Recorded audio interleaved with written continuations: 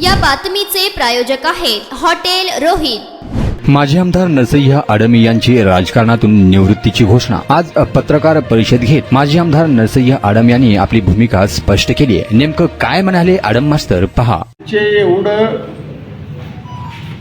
सरकार विरुद्ध संघर्ष केलेलं दुसरं पक्ष नाही आहे। असं असताना नामुष्कीचा पराभव वयाच्या 80व्या वर्षी हे शक्य नाही आहे। म्हणून आम्ही ही निवडणूक रद्द करा, फेरनिवडणूक घ्या। नुसता हायकोर्टात जाणार नाही आहे। हायकोर्टाने जर आम्हाला न्याय नाही दिलं, सुप्रीम कोर्टापर्यंत जाण्याचा निर्णय पक्षाने घेतलेला आहे।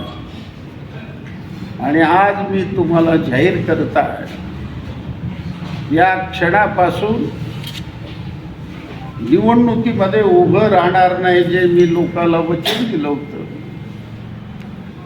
ते पूर्णपणे अंमलात आणणार। आमच्या पक्षाचं नवीन नेतृत्व आम्ही उद्याला आणून रस्त्यावर उभं करू।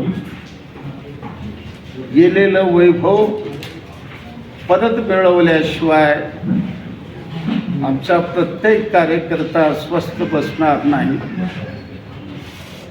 हा जिद्दीने मैदानात उतरेल अशी अपेक्षा आहे।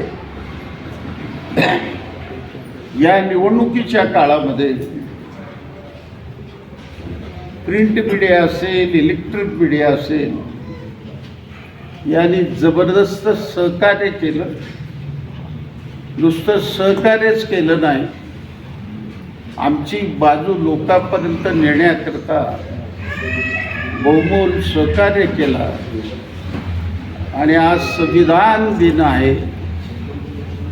भारतरत्न डॉक्टर बाबासाहेब आंबेडकरांनी जे 26 नोव्हेंबर 1949ला पवित्र असं संविधान आपल्या हाती सोपवलं।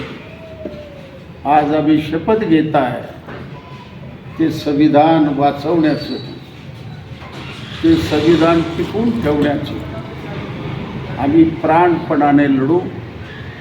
प्रसंग आलं रस्त्यावर रक्त सांडायलाही पुढं मागवणार नाही।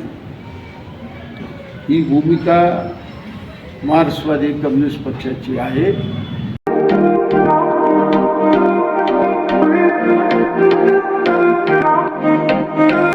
सोलापुरात व्हेज नॉन व्हेज जेवण मिळण्याचं एकमेव ठिकाण हॉटेल रोहित। चवीला टेस्ट, हॉटेल रोहितचे जेवण बेस्ट।